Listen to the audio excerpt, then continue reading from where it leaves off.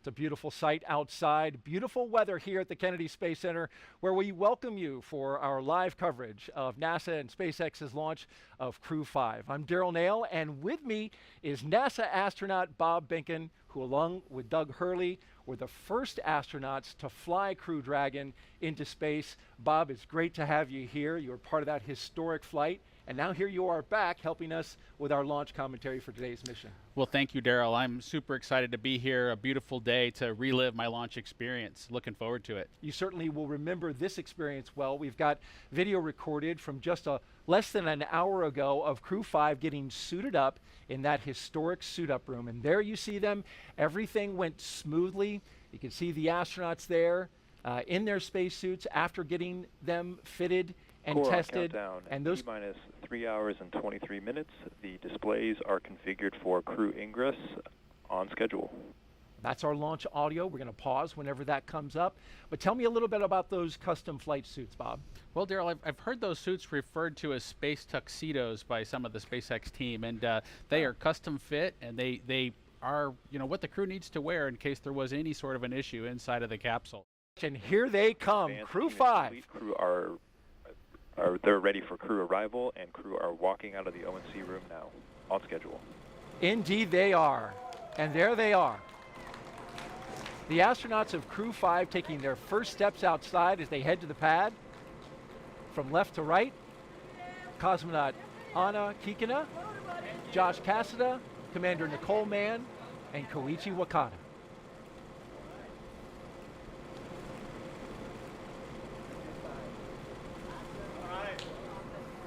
So that was a pose for a picture. And here they go to their ride out to the pad. 3 Teslas all lined up in queue, along with a full security escort. And the folks you see there, family, loved ones. This is a moment to have an exchange, Bob.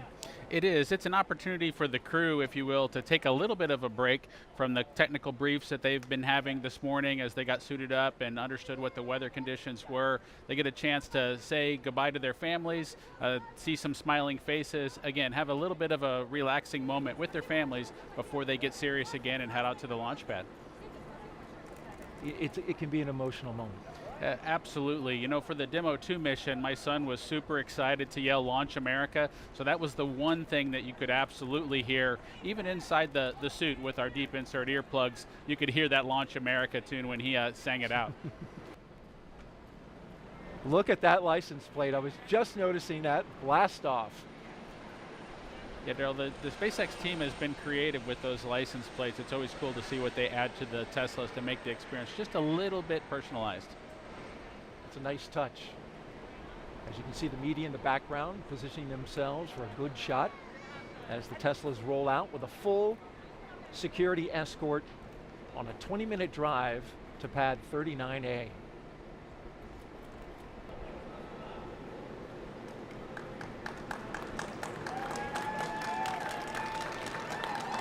And there they go. Core on countdown, T-minus 3 hours and 15 minutes. Crew are beginning their transport from the O&C room to the pad, right on schedule. There's the call out from the SpaceX team. The crew now departing the Neil Armstrong Operations and Checkout Building. Slow rolling as they make a shot available for all of the media and photographers down there. They're beginning their 20-minute drive with a full security escort across NASA's Kennedy Space Center and out to launch pad 39A. The track they're taking goes through the industrial area and then gets out to the NASA Causeway and the Kennedy Causeway. The weather here at Kennedy is nearly perfect for launch. Let's introduce you now to today's crew. We begin with Nicole Mann. The California native holds a Master of Science in Mechanical Engineering and is a colonel in the Marine Corps. Nicole was selected by NASA in June 2013, and today the Crew 5 commander will be flying into space for the first time. And once she reaches the space station, she'll be the first Native American woman to stay on station. Sitting next to Nicole is Josh Cassada. He grew up in Bear Lake, Minnesota. The physicist and U.S. Navy test pilot flew 23 combat missions. He later became an instructor at the U.S. Naval Test Pilot School, and more recently, he served as the capsule communicator in mission control. But today, he's the pilot aboard Dragon. In the role of mission specialist is veteran Japanese astronaut Koichi Wakata.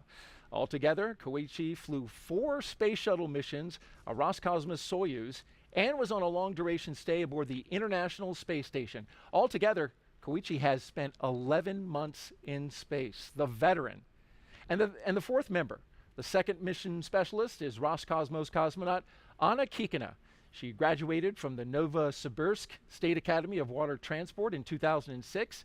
In 2012, Anna officially became a candidate for the position of test cosmonaut. Crew 5 will be Anna's first flight into space as part of the recent resumption of integrated crews on U.S. crew spacecraft and the Soyuz with the Russian State Space Corporation Roscosmos. All right, the crew taking a turn onto the Saturn Causeway, and this is the road that leads to the Vehicle Assembly Building, which is notable, Bob, because the astronauts right now taking a similar path to Hurricane Ian as it crossed the state and came over our area. That's the operations and support building behind it, but then behind that, going through here, is the Vehicle Assembly Building. And after studying the data, we learned the storm took that similar path. And as we widen out the view here, you can see, there it is, the Artemis logo, and a great shot of that Vehicle Assembly Building with the crew going by. Now, the Crew 5 launch was delayed several days due to Hurricane Ian taking aim at Florida. And after studying the data, here's the path that we found it took. Take a look at this graphic put together by meteorologists with satellite data. It shows the track through the state. You can see the center of circulation, of course, the devastating impacts to the Fort Myers Beach area, more than 100 people killed, and complete devastation. By the time it crossed our area right there, you can see it came out the other side on Florida. Between pad 39A and 39B, and 39B is where we had our moon rocket, the SLS and Orion spacecraft. But officials here at NASA and the launch team with SLS made the decision to move the SLS indoors, and this is video from that day, 3 days prior. The mighty SLS and Orion spacecraft going into the shelter of the Vehicle Assembly Building as Hurricane Ian passed overhead. It's a 4-mile, 10-hour trek it was that day. And we got winds, Bob, over 96 knots at the top of one of the lightning towers out at pad 39B. So certainly the winds were whipping up high and down below, around 60 knots. It was a good move to put that rocket in the shelter. Yes, it's just remarkable to kind of have seen the track of the storm, have it come right through the Kennedy Space Center, and to be sitting here just a couple of days later getting ready to launch a crew into space. There you see the security vehicle pauses, comes off to the side, and the Tesla vehicles roll on, along with the MRAP in tow. And this begins the part of a really neat experience. Going up the slow grade as they pass the security checkpoint and into the blast danger area. This is an area only for the astronauts and the advanced team, as well as the closeout crew. It's a restricted area, and you go up that slow hill and you're looking right at that rocket. You know, Daryl, as you make your way to the launch pad, you kind of go through layers, if you will, of people that can be near you. So whether that's your family and your guests when you're back at the ONC building, but as you make your way to the pad surface, there are these milestones that you get past where you become more and more alone on your ride into orbit. And so heading up this hill to the launch pad surface, it's definitely a smaller group, and that group continues to shrink all the way to hatch closure. And in your case, until it was just you and Doug Hurley. That's true. It was just Doug and I, and of course all the support team that's reaching out to you via the radio to make sure that they're watching over and making sure that you're ready to head off into space. But it was definitely Doug and I alone with our thoughts. These 4 Crew 5 astronauts now actually on the pad surface. As you can see them driving onto it, there's a track that they just came over that goes around the launch pad. That's a relic from the space shuttle era as well as the Apollo. There's the base of the rocket, and dead ahead, the elevators to the launch tower that will take them up to the top of the crew access arm and allow them to make entryway into the Crew Dragon.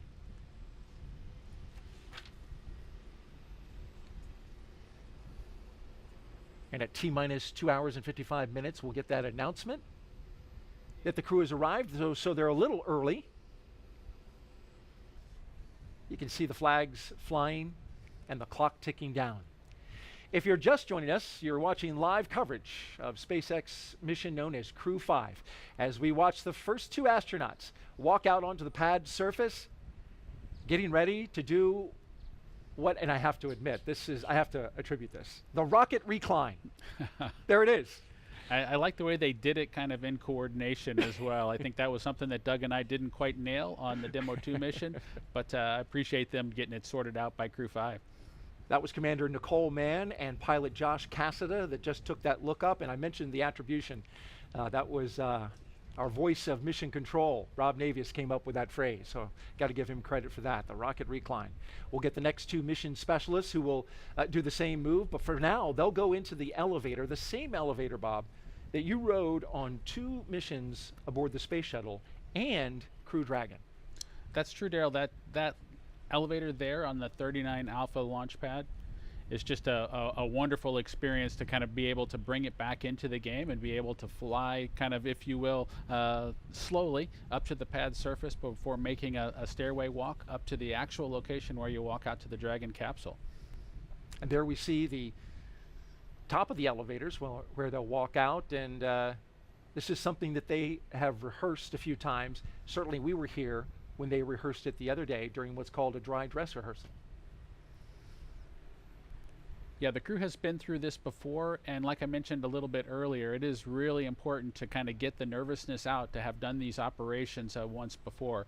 We can see Nicole and Josh there as they've made their way out of the elevator. They'll walk around the back and make their way up the stairs to the actual walkout area where they'll potentially have a chance to make a phone call, reach out to their family one more time before heading out to the White Room itself and climbing into the ship. And the closeout team right behind them from SpaceX as they greet some of the members of that team with some fist bumps. The telephone you mentioned, Bob, is there on the right-hand side of that hallway there. But what I notice is the astronauts tend to pause right about here because it looks like that is a spectacular view. It is, Daryl. It is their chance. Of course, you know, you've mentioned the rocket recline where they're able to look up at the rocket. They're kind of co-level with the vehicle at this point. They're able to look out, see the ocean, see the rocket, see the capsule itself before getting ready to kind of take that next step and head into the vehicle.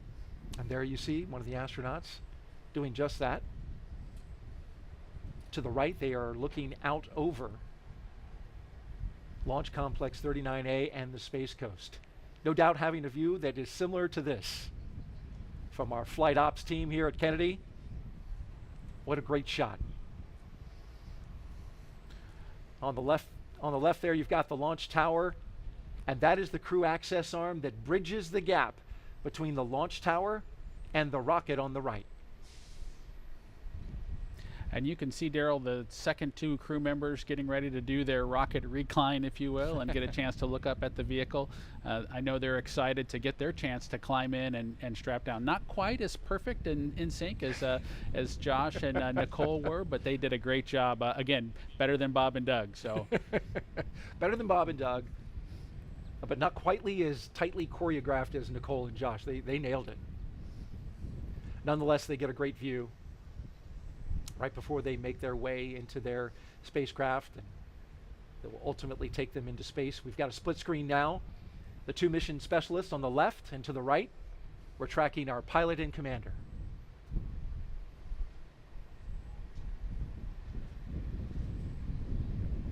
Now they stagger the astronauts in this fashion because everything is highly proceduralized, right? As they go through the lines, check off the mission milestones, and then also it's carefully choreographed because you want to have everybody being orderly as they get into the spacecraft.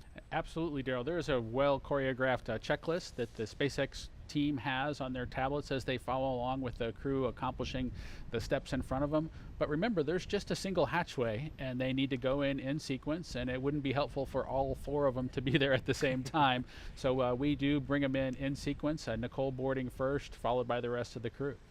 Looking at the launch tower there, pad 39A. Bob, this is the same launch tower that launched the space shuttle. It's been, of course, renovated by SpaceX. They've made a lot of improvements in order to accommodate the Falcon 9, but it also has some throwback to the shuttle era. And there's part of the fixed service structure that's still a part of that structure today. That's true, Daryl. The 39 Alpha launch complex was modified to be able to handle the Falcon 9 rocket. And Doug and I were super excited to launch again from the exact same location. There are remnants of the shuttle program that are still kind of out there. There's a series of chevrons. You can kind of see them in the image there. The kind of the yellow pathway, if you will. The crews go in the opposite direction there. Those chevrons point towards the slide wire baskets that they would use if they needed to do an emergency egress off the pad surface. Those slide wire baskets are a legacy item from the shuttle program. And here we go, the first 2 astronauts to board Crew Dragon. On the left, Josh Cassada, and on the right, Commander Nicole Mann. All smiles as they make their way down the crew access arm. You can see the fist pumps. They're definitely getting excited now as they get ready to board the ship. And they make their way into what's called the White Room.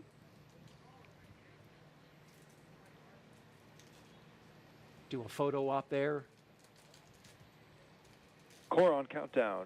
And you can see 2 the hours space. and 47 minutes. Crew have arrived at the White Room just a little bit ahead of schedule. There's the announcement.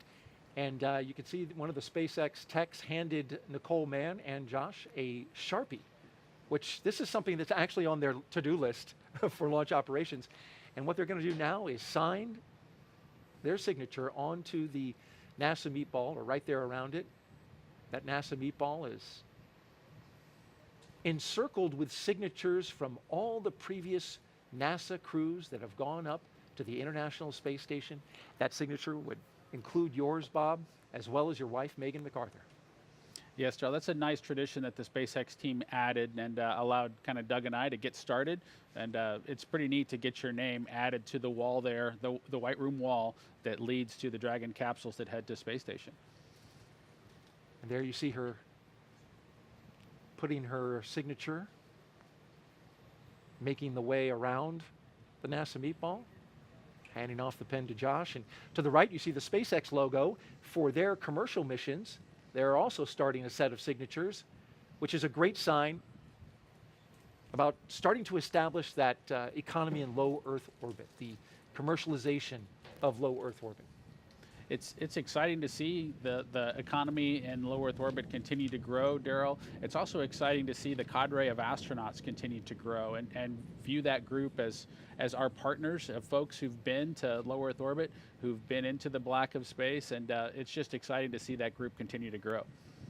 Our launch weather officer for today, Brian Sizik, from the 45th Space Wing,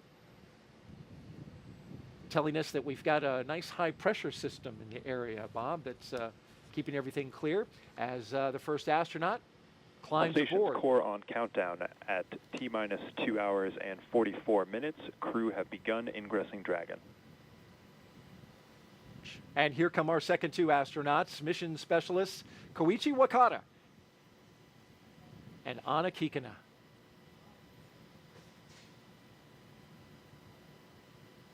They're next up in the White Room. Big thumbs up from Koichi. He's the veteran of this group, Bob. We got 3 first-time flyers and a guy that has a lot of experience in space.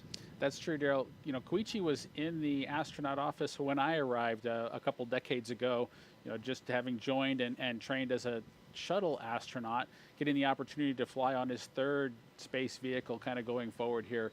It's got to be exciting for him to try on a new spaceship. And making his 5th flight into space. And our mission specialists will now put their signatures on the White Room as the commander and pilot finish up securing their 5-point harness into their seat, getting a snug fit, as you can see there. Josh Cassada making sure everything is lined up correctly. Looks like he's got 4 hands. But those are his gloves. I'm sure an extra set of hands couldn't hurt.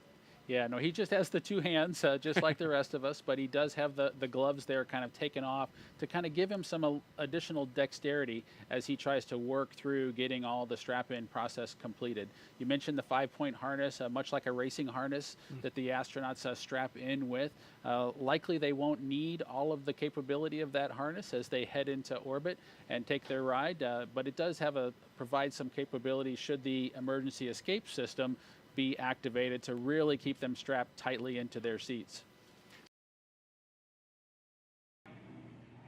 So very exciting watching them getting settled in. We've got this awesome view of the Falcon 9 with Dragon on top, crew on board already. We have been watching the crew since this morning make their way to the launch pad, climb up the fixed service structure, walk across that beautiful crew arm that you see there on your screen, and now they are getting settled into each one of their seats, and there is the Crew 5 crew there on your right-hand screen. And the crew will remain in these spacesuits through the ascent portion of today's flight. They'll be able to get out of their suits and get a little more comfortable shortly after liftoff, but for the portion that is the most dynamic portion of the flight, they will remain in those spacesuits. And the primary function of those spacesuits is to protect the crew in an event of a cabin depressurization. And if that would occur, the suit could inflate to provide a habitable environment long enough for the crew to return home. Not only is today an exciting day because it's launch day, but it's also a pretty exciting year, as this year marks Dragon's 10th year in operational flight. It took a lot of love and dedication to get here today, and we are still learning and innovating from each launch. From the beginning, Dragon was designed to eventually fly people. The Dragon hanging from the ceiling next to us was initially flown to certify SpaceX for cargo missions to the space station over 10 years ago, which flew in 2010. Yet a window was added to hint at our plans for flying crew in the near future. Now, of course, the Dragon behind us and the Dragon supporting today's mission, taking Crew 5 to the space station, are very different, a testament to how far we've come. It's been a little over 2 years since we flew Demo 2, which was on May 30th of 2020. And since then, SpaceX has been regularly flying crew missions for NASA to and from the International Space Station at an average cadence of 1 flight every 6 months since Crew 1. Dragon, ready for comm checks. Copy, Dragon. Stand by for umbilical comm check. And we did just hear those words that comm checks will be starting here shortly. Now on your screen, you're seeing some waves, some thumbs up, some goodbyes to the team on the ground. Once they close CDR, this hatch. PLT, MS1, MS2, comm check. CDR has you loud and clear. PLT has you loud and clear. MS1 has you loud and clear. MS2 has you loud and clear. Core, loud and clear. Umbilical comm check is complete. Stand by for ground station comm check. We did discuss Dragon, SpaceX. Confirm crew displays are configured for launch. Wilco, we would like to give a huge thanks to the NASA and SpaceX team, the thousands of people for their development, preparation, and training in getting Endurance and Crew 5 to the launch pad today, and your continued support in helping to make this a successful mission. We look forward to joining the rest of our Expedition 68 crew members aboard the International Space Station. And a special thanks on behalf of all the crew to our family and friends. It is your love and support that help make dreams come true. Now let's do this. Crew 5 displays are configured for launch. Copy, and Nicole, Josh, Koichi, and Anna, on behalf of the entire team at SpaceX, good luck, Godspeed, and enjoy the ride. And those words from Nicole Mann, the first female commander of a Dragon, as she thanked the many folks that have helped get them to this point. Dragon is in configure for terminal count. Launch teams continue to report no issues, and everything remains green and for an on-time launch. Retract has started.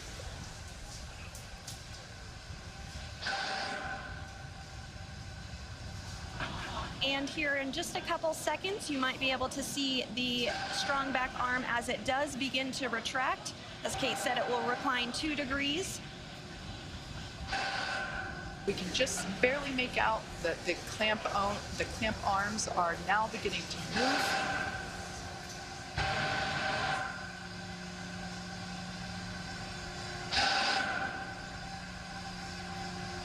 All right, now that those clamp arms are removed, as Sandra said, this will retract by 2 degrees, and then at liftoff, the strong back will retract another to 45 degrees, allowing Falcon 9 to clear. Strong back is part of the transporter erector, and the transporter erector is what provides the liquids and the gases and the electrical connections to the vehicle. It's also what we use to integrate the vehicle in its horizontal position, and we can see that 2-degree retraction just now complete.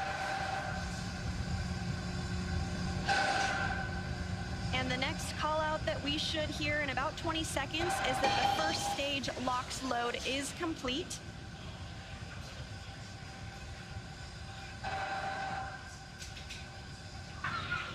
Stage 1 LOX load is complete. And there we go, all of the oxidizer loaded on stage 1. Soon we'll hear that stage 2 LOX load is complete, and that will be the last propellant call out we'll hear today. Now less than 3 minutes until launch. Dragon is in terminal count and is on internal power. All right, there we heard the good news that Dragon is now on internal power. Again, the white clouds that you see there at the base of the Dragon trunk, totally normal. That's just the vapor from the liquid oxygen. Again, second stage now wrapping up its LOX load. Excuse me, first stage wrapping up its LOX load just a few minutes ago, and now moving toward wrap up of second stage LOX load, which will complete at T-minus 2 minutes. Coming up on 2 minutes until liftoff, standing by for word that stage 2 LOX load has been completed.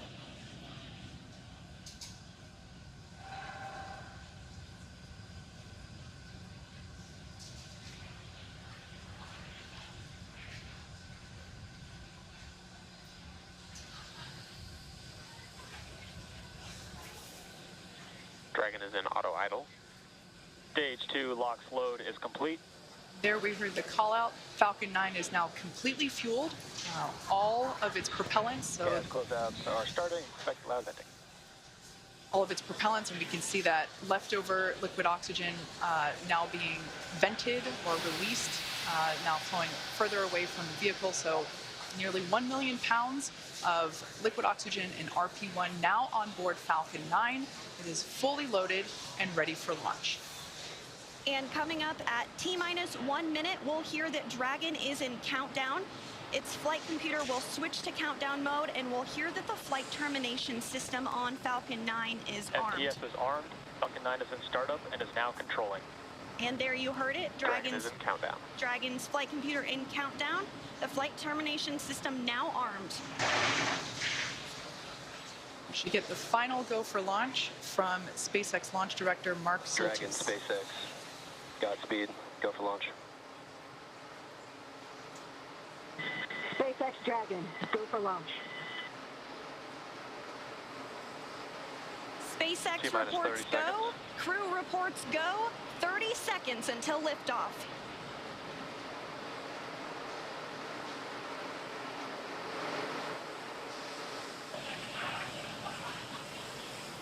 T-minus 15. 10, 9, 8, 7, 6, 5, 4, 3, 2, 1. Ignition. Engines full power. And liftoff.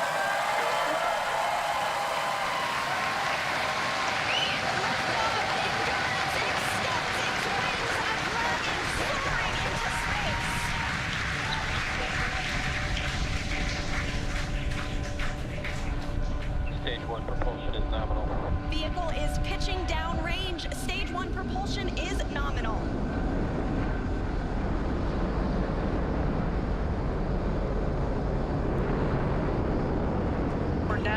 T plus 35 seconds into the 5th rotational crew mission on board Dragon and Falcon 9.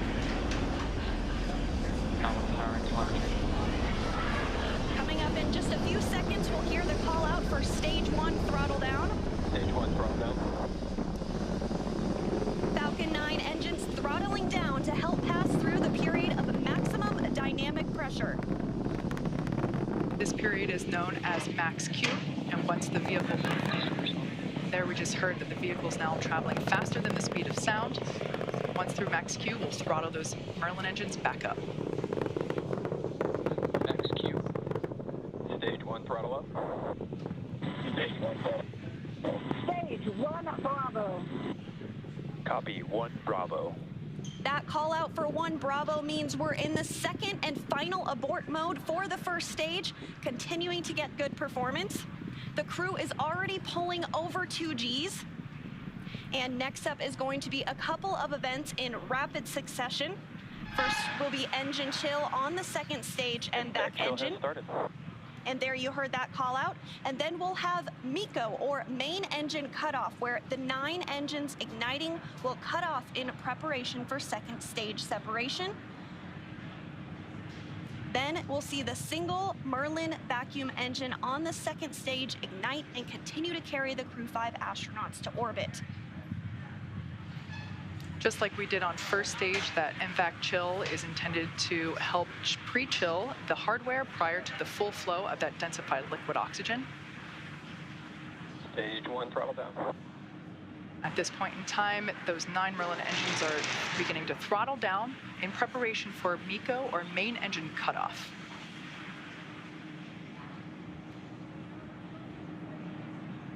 Standing by for MECO. And MECO. Stage 2 Alpha. And stage separation confirmed. Copy, 2 Alpha. There we should see that second engine begin to ignite now. And obviously confirmed by the loud cheer behind us here at Mission Control Hawthorne. And we're also in 2 Alpha for the aborts if needed. Again, second stage is lit and continuing to carry the Crew 5 astronauts into orbit. We're now getting a view of the first stage after that stage separation. The second stage still being illuminated by that single Merlin vacuum engine, and that's on the right-hand side of your screen.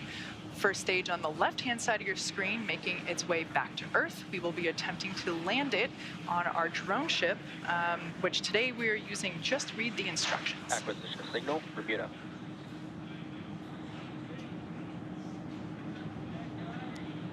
And we did hear that acquisition of the ground station in Bermuda. The first stage is continuing to make its way back to Earth, and the second stage is going to continue. Trajectory nominal. Another good call, trajectory nominal. Dragon copy. Confirmation there from Commander Nicole Mann. You can also sort of see the Space Coast there in the background of the first stage on the left-hand side of your screen. It also looks like you can actually see the thrust plume created by the first stage as it's now rotating just out of screen. Second stage is going to continue firing until a little over 8 minutes into the flight, really doing the heavy lifting now, getting the crew into orbit. Everything continues to look nominal on both first and second stages. As I mentioned before, the first stage will be making a landing on one of our drone ships, which is currently parked a couple hundred miles off the coast of Florida in the Atlantic Ocean. So we can see now that... Dragon, SpaceX, trajectory nominal. Good confirmation there that we have good trajectory. The second stage now traveling over 5,400 miles per hour. Crew is pulling a little more than 1 G right now. That's going to continue to ramp up, peaking just before we get to second stage cutoff here in just a few minutes from now.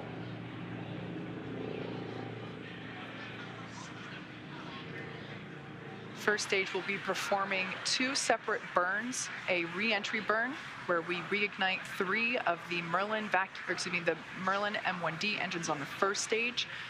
We ignite the center engine into radial engines to help slow it down as it re-enters the Earth's atmosphere.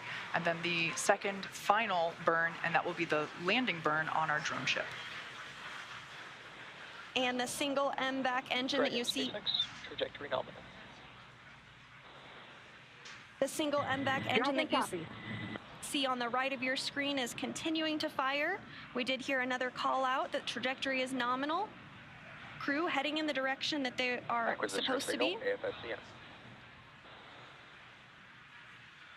This single engine can produce over 220,000 pounds of thrust in the vacuum of space. Now over 200 kilometers in altitude. We will start to hit events now in a rapid succession as the first stage continues to make its way back to Earth and the second stage continues its burn. Just a couple minutes left in that burn. For those of you just joining us, just over 6.5 minutes ago, our 4 Crew 5 astronauts launched from Kennedy Space Center in Florida, and they are now making their way into orbit on the second stage inside Crew Dragon. Trajectory nominal. Which we're hearing that the trajectory on that is nominal. Dragon copy. They are safe inside Dragon Endurance, whereas the first stage on the left-hand side of your screen is making its way back to Earth. We are coming up to the re-entry burn, which, as I said before, we ignite 3 of the 9 Merlin engines to help slow the booster down as it re-enters the dense part of the Earth's atmosphere. As the entry burn completes, we'll be in the final... Stage 1, entry burn startup. So there we heard the Stage 2, call out. STS is safe. You can there see it on your screen that that entry burn has been initiated.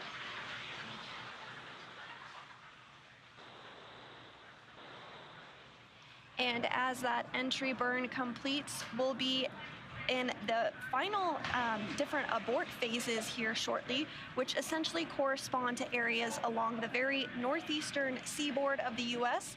Stage 1, entry burn shut down. Great news, that entry burn was shut down, and then those last all the way across the Atlantic off the coast of Scotland for those abort zones.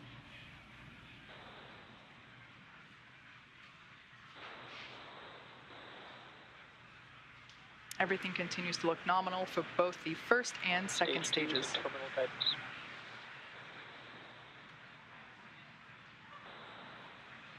And the crew with the second stage still attached is now traveling over 13,000 miles per hour. We're about 10 seconds away from SECO 1. Copy, Shannon. Shannon, Stage 1, transonic. That call out for Shannon, Ireland, indicative of our final abort zone. After this, we'll see second stage shut off, and we'll be listening for confirmation of a good orbit, which tells us the crew and Dragon are exactly where they need to be. And there we had confirmation that the Stage MVAC 1 landing burn. has shut down simultaneously. The entry... Dragon SpaceX, nominal orbit insertion. And you heard that call for a good insertion. We will coast for a few minutes. There we can see the drone ship coming into view as Falcon 9 attempts. Stage 1 landing leg deploy. You can see those landing legs have now deployed.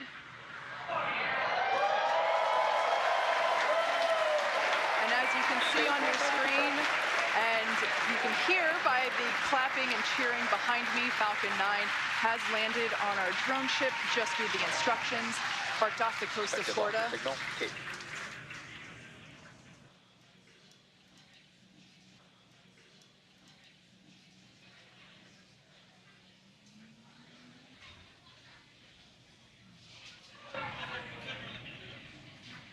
And there is separation. Dragon separation confirmed. And Dragon, decision launch director. Dragon copy, then. Dragon, this is your launch director on Dragon. On behalf of the entire launch and recovery team, it was an honor and a pleasure to be a part of this mission with you. And while October 3rd may belong to the Mean Girls, October 5th will forever belong to Crew 5. Godspeed, Endurance. Cheers.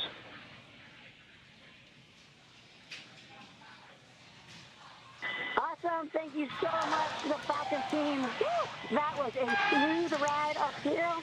You got 3 rookies that are pretty happy to be floating in space right now, and one veteran astronaut who's pretty happy to be back as well. Let's see what you got to say, Coachy. Falcon team, it was a smooth ride, and I see all the 3 happy faces here. Back in 0G, and I appreciate all the help to give us a smooth ride and training. And thank you so much. JAXA の支援隊の皆さん、非常にスムーズな打ち上げでした。打ち上げご支援していただいた皆さん、応援に駆けつけてくださった皆さん、ありがとうございました。この調子でチームワークを持って頑張ります。Thank you for your support. Anya.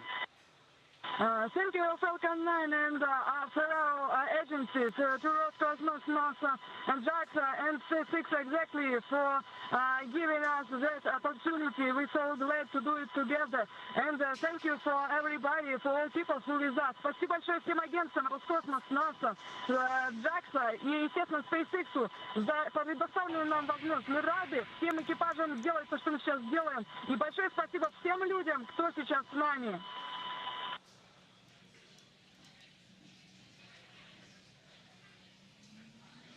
Some really nice words there from the Crew 5 crew, as well as... And Dragon Falcon 9C, thanks for the words. Had a great ride. Have a good mission. We'll see you later.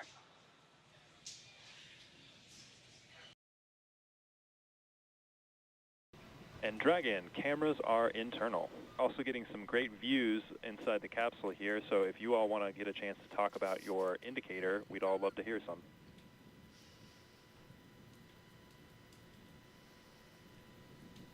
Absolutely, Mike. So, a couple years after he come up with his groundbreaking theory of special relativity, Albert Einstein, in his mind, still had a couple loose ends to tie up. While he was sitting in the patent office, because he wasn't famous yet, definitely should have been, he had what his happiest thought of his entire life.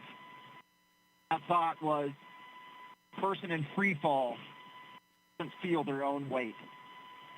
That thought, along with some others that he built upon, led to general relativity and our understanding of gravitation and curvature of space-time. We're experiencing Einstein's happiest thought continuously, like the International Space Station has been doing for over 20 years. On Crew 5, call this little guy our free fall indicator. We're here to tell you there's plenty of gravity up here.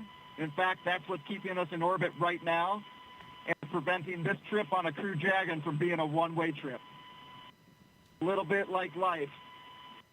We live in the same world, we live in the same universe. Sometimes we experience it in a very different way from our neighbors. We can all keep that in mind. Hopefully we can all continue to do absolutely amazing things, do it together.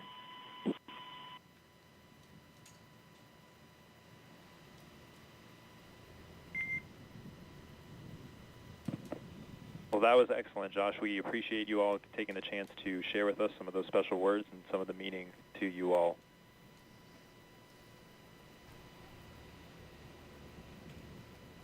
I tell you, my crewmates are just happy that we didn't break out a dry erase board and get into more detail. We'll chat lensing later. Absolutely.